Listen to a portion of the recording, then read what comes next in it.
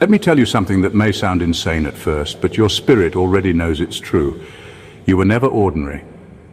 You were never safe. You were never supposed to blend in because you were chosen.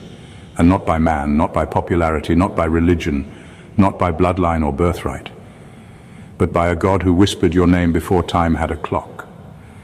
While others were being formed, you were being forged. While they got blessings, you got battles. While they got platforms, you got pits. But here's the secret hell doesn't want you to know. The pit was never punishment, it was preparation. You weren't overlooked, you were hidden because chosen ones aren't put on display. They're put through fire because only those who've survived the furnace can carry the flame. See, there's a reason the enemy came for your mind early. A reason betrayal hit you harder than most. A reason you've been tired but still unbroken, crushed but never destroyed.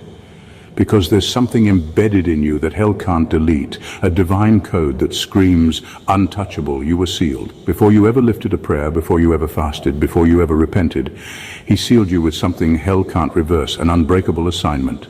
And that's why the top demon himself can't touch you. He doesn't just see your wounds, he sees what you carry. That's why the attacks were never random, that's why the rejection wasn't a coincidence.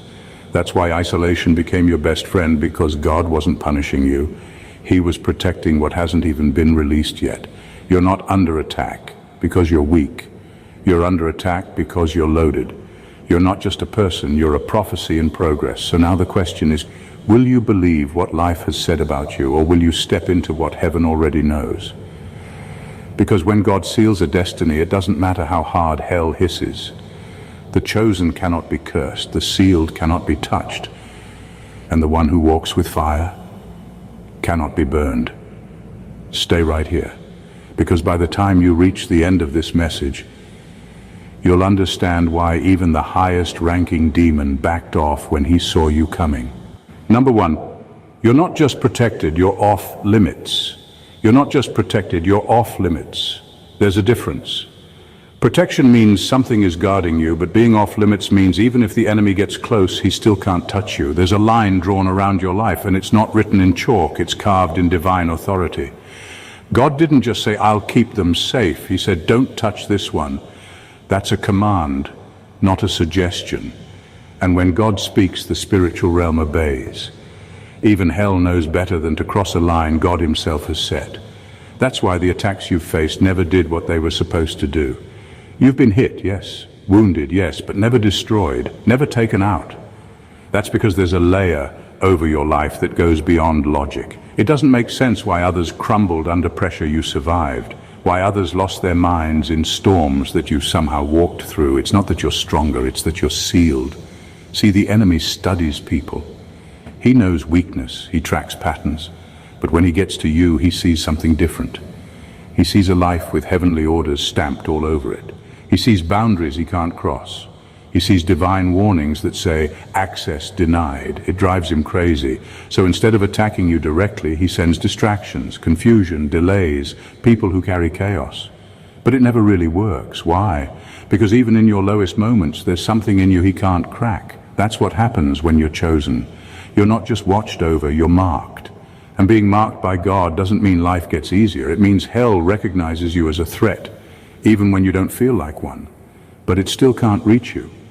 You're not vulnerable the way others are. You walk with a seal that can't be forged, faked, or forced open.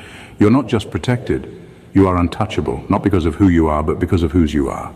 Number two, you're not in a battle, you are the battlefield. You're not in a battle, you are the battlefield. That's why your life has felt like a war zone since the beginning. You weren't just born into conflict, you attract it, not because you're weak, but because you carry something that forces light and darkness to collide. Wherever you go, something shifts, atmospheres change, people get uncomfortable, things either break off or break loose. That's not random, that's spiritual. You don't step into battles, you become the ground where battles are fought. There's a reason you've always felt like you were being pulled in two directions, like you're in the middle of something bigger than you. That's because you are. You carry weight, and not just emotional weight. Spiritual gravity. When you walk into a place, there's an invisible line drawn. One side is trying to push you into purpose, the other is desperate to distract or destroy you. That tension you feel isn't confusion, It's evidence that both kingdoms recognize what you carry. You think you're just going through life, but life has been coming through you. Every breakdown, every battle, every unexpected attack. It all makes more sense when you realize you're not just caught in the crossfire.